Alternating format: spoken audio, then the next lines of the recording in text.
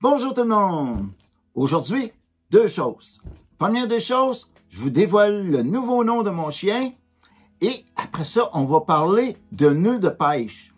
Les nœuds les plus importants, les nœuds qu'on va utiliser, puis c'est des nœuds qui sont faciles à faire. Restez avec moi, je vous montre.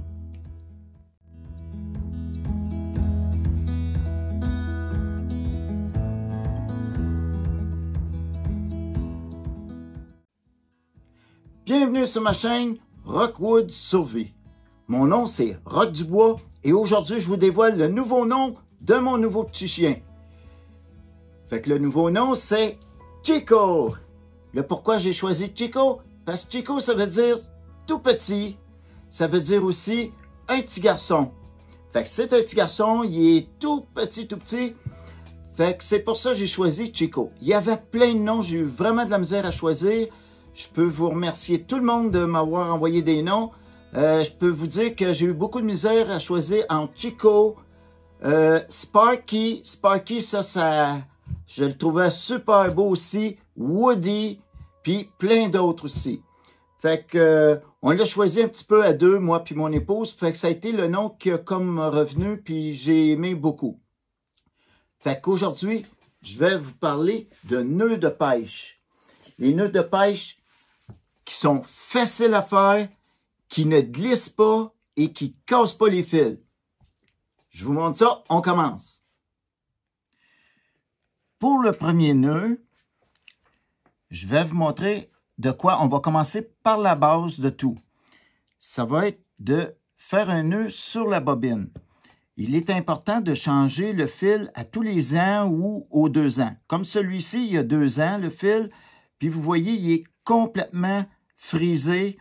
Puis, quand on fait des lancers, il va être tout tourné sur l'eau. C'est pas agréable, c'est le fun quand le fil il est très tendu. Parce que c'est des fils qui sont faciles à mêler. Fait que c'est important de changer son fil régulièrement pour que le fil reste bien bon, solide, qu'il ne sèche pas, puis surtout qu'il ne s'en mêle pas. Ici, j'ai pris un fil jaune pour vous montrer avec le contraste noir pour que vous puissiez voir le plus facilement possible. Pour faire un nœud qui ne glisse pas sur la bobine et qui ne casse pas s'il arrive au bout, je vais vous montrer de quoi qui est super simple.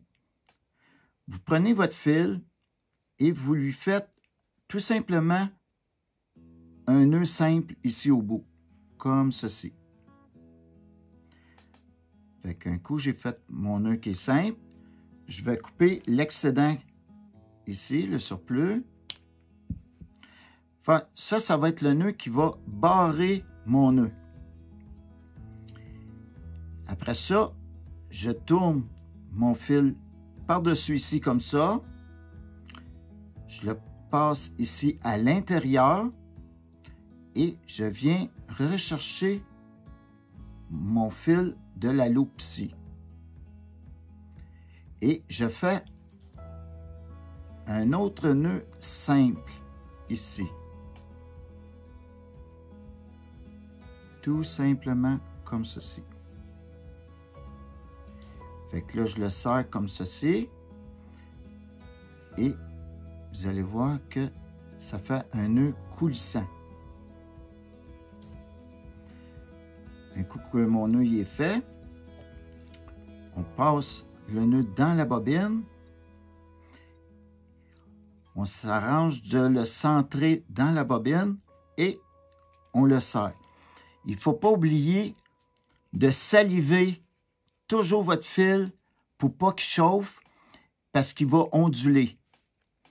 Puis ça va faire un endroit de friction qui va être plus faible pour casser. Fait que là, je l'ai vraiment bien serré sur la bobine. Et maintenant, regardez, je tire d'un bord, je tire de l'autre. Il n'y a aucun danger, il ne glissera pas, il ne cassera pas non plus. Fait que ça, c'est la base de tout. On commence avec un nœud sur la bobine. Je vous montre un deuxième nœud maintenant. Pour le deuxième nœud, c'est un nœud de fin de ligne. Je ne connais pas les noms, mais je peux vous montrer comment ils sont bien faits, ces nœuds-là. C'est des nœuds qui ont déjà fait leur preuve. C'est vraiment de quoi de bien. Fait qu'on plie notre fil en deux comme ça. On s'en prend assez long. Surtout si vous avez des leurres qui sont longs parce qu'il va falloir les repasser à l'intérieur. Si c'est des petits objets comme des pesées ou un leader ou une hameçon, ben vous n'avez pas besoin d'en mettre aussi long. Fait que vous allez tout simplement faire ici un nœud comme ceci. Vous le passez à l'intérieur une fois, deux fois, trois fois, quatre fois, cinq fois. Puis, vous n'oubliez pas de tenir le bout ici pour pas qu'il se redéfasse. Fait que, on serre un petit peu et on salive aussi un petit peu. Ça l'empêche, comme je disais tantôt, de faire chauffer votre fil pour pas qu'il ondule, pour pas le fragiliser. Puis, on serre tranquillement comme ça.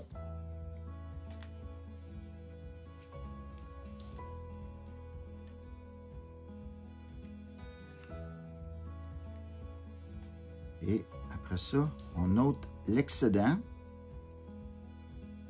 Et je vais vous le montrer de proche ce que ça donne.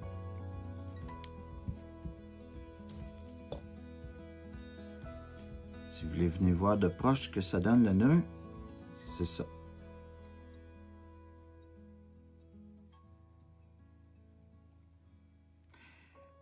Ça, c'est un nœud de fin de ligne. Je peux installer ma pesée, je peux installer un leader ou un leurre. Maintenant, je vais vous montrer comment qu'on installe, mettons, une pesée ou un leader. C'est la même façon. On rentre le fil dans la loupe ici. Vous le passez une première fois et vous le repassez une deuxième fois. Comme ceci. Fait qu'il ne glissera pas, il va toujours rester à la même place, puis il ne cassera pas non plus. Maintenant, je vais vous montrer faire un nœud dans un milieu de ligne. Ça, c'est pour garder votre hameçon éloigné de votre fil. Fait qu'on fait le même nœud qu'on a fait tantôt. On s'en prend une longueur désirée. Et on fait la même chose que tantôt. On va faire 5 tours. 1, 2, 3, 4, 5. C'est pas un fil idéal là, que j'ai pris pour vous montrer, mais c'est parce que je voulais avoir un fil que vous puissiez voir, parce que celui-ci, il est un petit peu gros pour faire ce que je veux vous montrer, mais quand même, c'est bien. Fait que là, j'ai serré un petit peu de salive, toujours, et on le serre. Fait que ce fil-là, déjà, en partant, il va rester ici fixe. Fait qu'il y a déjà une distance avec le fil qui va être droit ici de votre ligne. Mais pour être sûr qu'il n'y ait aucune cassure puis que ça fasse un beau T, on va lui faire la même chose, mais de côté. Je vais essayer de vous le montrer assez proche. Vous voyez, le nœud, il est fait ici comme ça. Je croise mon fil ici comme ceci, juste comme ça. Et je prends mon fil ici et je vais lui faire 5 tours maintenant. 2, 3, 4,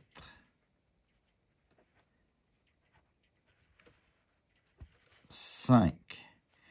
Un coup que les 5 tours sont faits, vous venez rechercher celui-ci et le passer dans la petite loupe ici.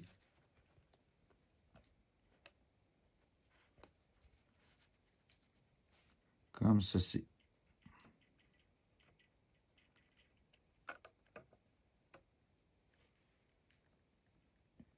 Vous voyez que ça donne? Je vais le serrer juste un petit peu pour commencer. Je salive un petit peu. Puis on y va doucement.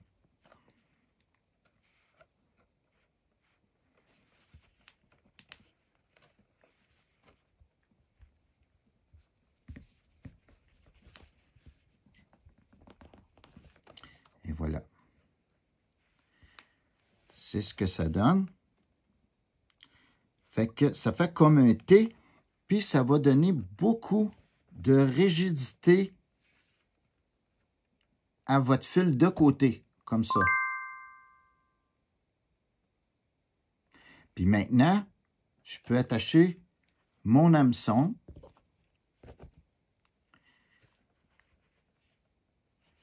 On le passe ici. On le passe une première fois comme ça. On twist juste un petit peu et on le repasse une deuxième fois. On s'arrange que ça soit comme ceci. Puis vous allez voir que ça a beaucoup de rigidité, puis ça tient très éloigné du fil de pêche. Ça, vous pouvez en faire 1, 2 ou 3 selon que la quantité que vous avez de besoin. Le nœud que je vous présente maintenant, c'est pour attacher un hameçon au bout du fil et non dans le milieu du fil. Puis, vous allez voir que ça fait un nœud qui va être attaché sur l'hameçon et non à l'extérieur de l'hameçon. Pour commencer, on prend l'hameçon, on met la fourche de l'hameçon du côté ici et c'est de ce côté-ci qu'on va rentrer le fil. Comme ceci. On va tirer environ une quinzaine de centimètres.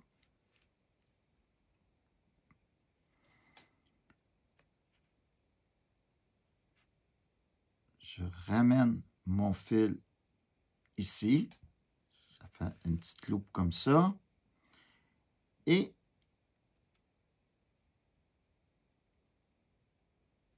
je vais faire environ 8 tours.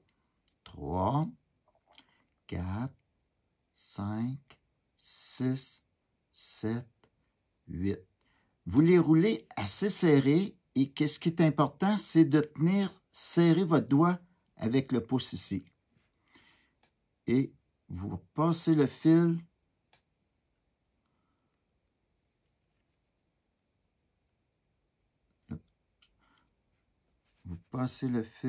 dans la loupe ici, comme ceci. Après ça, on tire le fil en arrière, un petit peu en avant. On le serre un petit peu. Il ne faut pas oublier, il faut saliver. Là, j'ai comme besoin de 3 mains. Je vais utiliser ma bouche.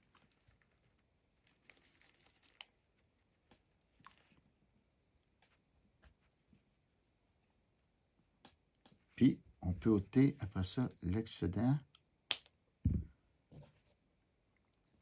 Ça fait des super de beaux nœuds si vous voulez le voir de plus près.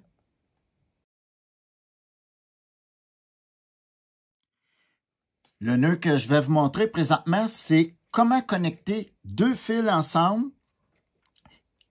Ils peuvent être de différentes dimensions. Ça peut être un petit avec un gros, 2 de la même grosseur. Puis, la même chose, ça ne casse pas les fils. Puis, c'est extrêmement solide et fiable. Fait que vous prenez une certaine longueur, à peu près une quinzaine de centimètres de chaque côté comme ça. On le croise ici comme ceci. On fait ici une petite loupe, juste pour montrer, avec le fil du côté contraire. On le passe ici à l'intérieur. On le passe environ 5 fois. 2, 3, 4,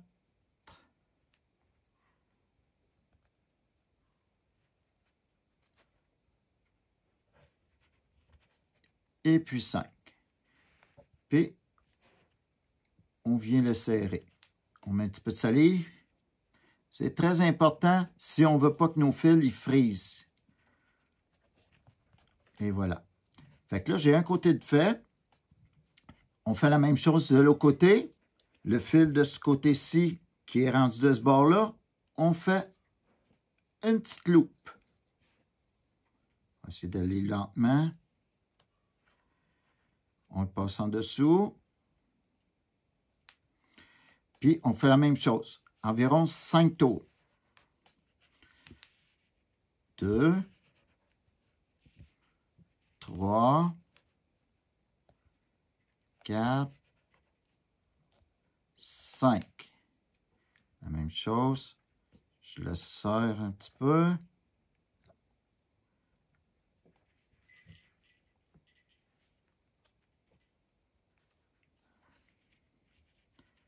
Comme ceci. Un petit peu de salive.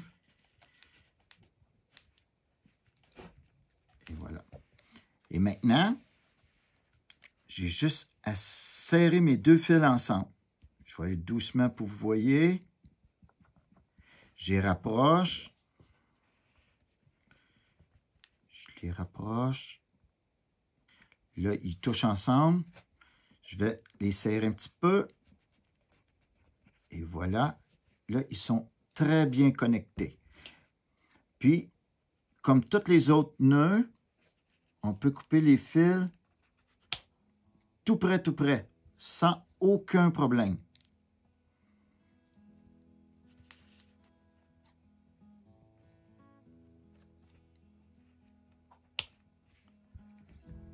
Puis, ça fait des nœuds, c'est impossible de se séparer.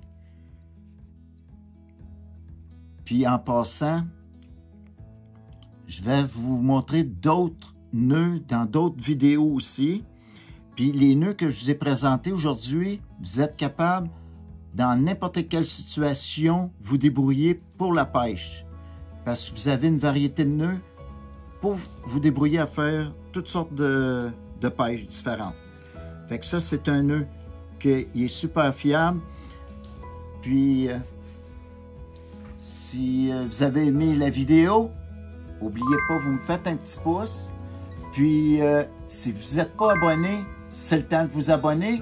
Et là-dessus, je vous souhaite une bonne journée et à une prochaine vidéo.